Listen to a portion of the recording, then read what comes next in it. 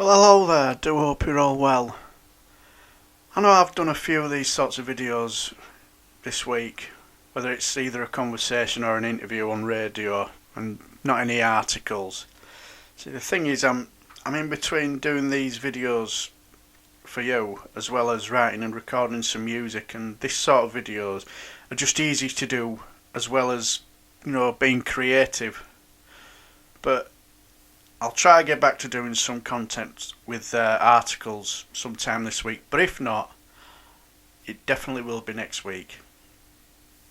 I will also be downloading some James O'Brien shows this week, as I think there's been some absolute brilliant shows that are not only very important but informative, but also air some very important information about either political sycophants holding up a mirror to those who are now distancing themselves from a fat orange fascist. We're only too happy to get on their knees and kiss his extremely long tie, right through to the disgraceful behaviour of British Gas, I think I remember rightly, as they're trying to force upon its workforce to work about 160 hours without pay. Another one I will be downloading will be about the latest controversy surrounding the Conservative Party and free school meals. But I will leave you with an interview with the British food writer, journalist and activist Jack Monroe about this stain on our society.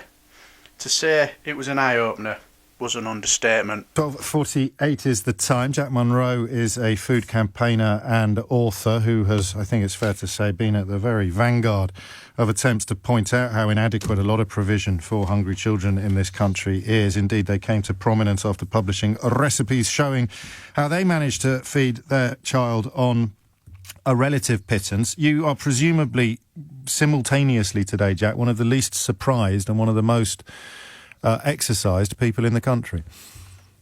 Yeah, I'm shocked but not surprised. Yes. These food parcels have been doing the rounds since March, when they were first issued to people who were shielding, and I tried to make a bit of a fuss about it then. Nobody was really very interested. Sorry. And it sort of died down and went away. Although it didn't go away because it was still happening.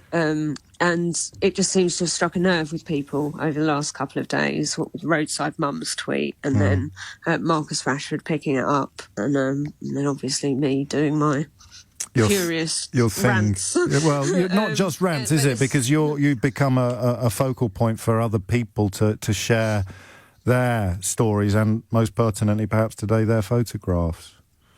Yes, and it's, I mean, I've got hundreds of pictures like that in my DMs, but people are understandably quite frightened of being identified, or, having malicious reports made about them, or even just, like, embarrassing their kids, you know what I mean? So I could share hundreds of pictures. But I do know a handful. You have, and everyone go to @BootstrapCook if you want to be informed. If you don't want to be informed, then obviously you're listening to the wrong radio programme. If you want to completely spoil your day and your mood, I think. Well, yeah, or just take that righteous indignation and turn it, as you are an example to us all, and turn it into activism and campaigning. Can we talk a little bit about shame? Would you mind? Because I took a call a few moments ago that has... you know me, Jack. I'm a soppy git at the best of times, but sometimes it really... And when Rosie said that she was grateful for what is her right as a citizen of this country, and she gave advice to other parents on how they could avoid the shame, the stigma of the vouchers. How do you shrug? Can you shrug that off? Can you step out of this completely manufactured mindset whereby those who land up in our society's safety net should somehow be ashamed of it? Well, nobody should be ashamed of it. Nobody should be ashamed of falling onto, hard times or having, some terrible things happen to them that means that their finances aren't adequate to cover the needs of themselves and their families. Nobody should be ashamed of being failed by a system that is designed to mendaciously deprive people of their most basic needs. The only people who should be ashamed are the people who are contriving and distributing this, and the people who continue to perpetuate the narrative that people who are in poverty or on benefits or needing any kind of assistance ought to be ashamed ashamed, because that is a lie. The only people who ought to be ashamed are the people who are doling out this cruelty and hardship in the first place. Do you know where all the we should look after our own and all lives matter broskies go on days like today? Because I can't seem to find any of them.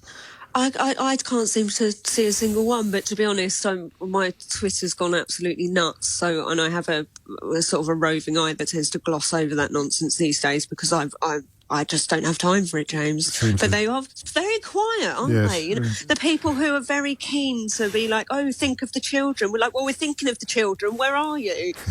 Like, where's your noise? But people are making noise about it, and that's brilliant, that the stories are being told and people are being heard. And also the company's trying to brush off, oh, this is an isolated incident. It's like, well, it's not an isolated incident, because it's identical to the hundreds of other pictures that I've got in my inbox.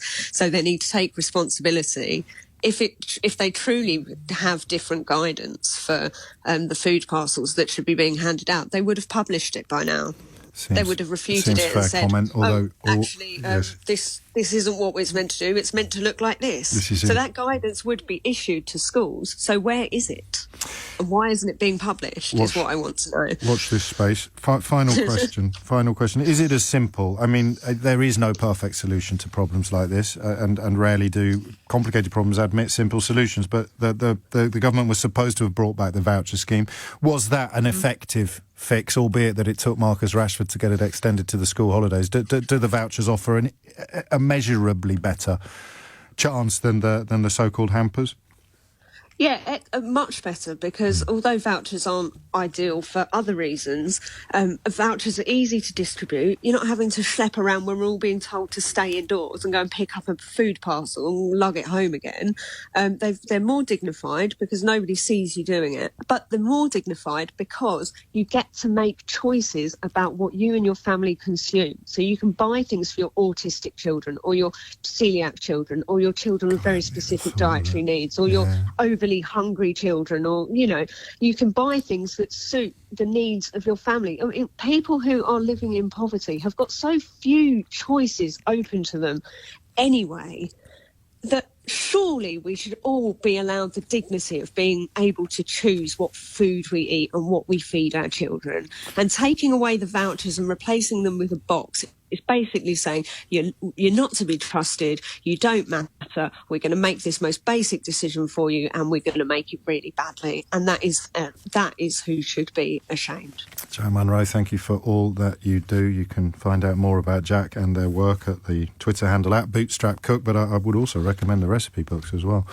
And you don't need me to tell you where her anger was coming from. This has been going on since March.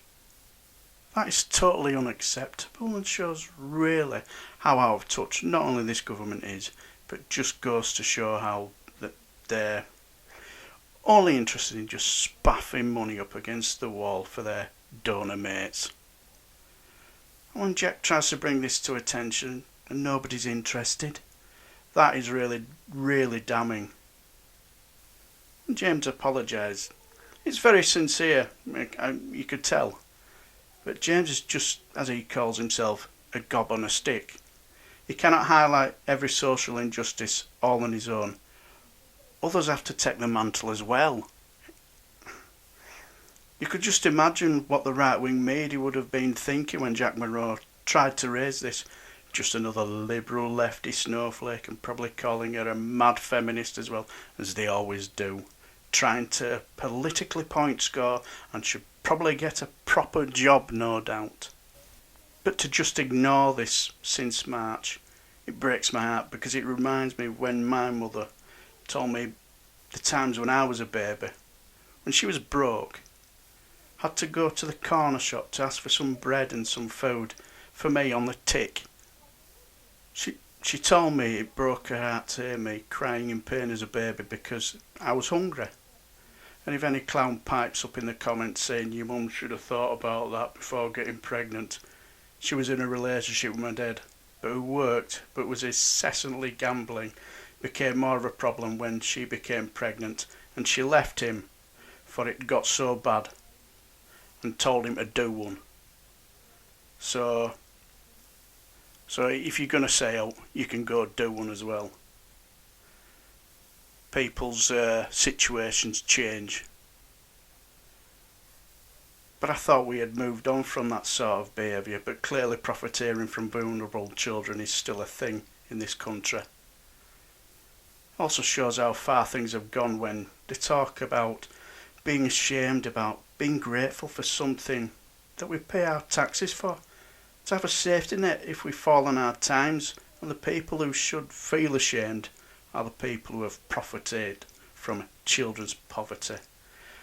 And quite rightly, where are all you All Lives Matter brigade? Where are all you who say we should look after our own when they see a post about a desperate refugee fleeing war and risking their lives in a dinghy? Where's your condemnation about this disgusting behaviour?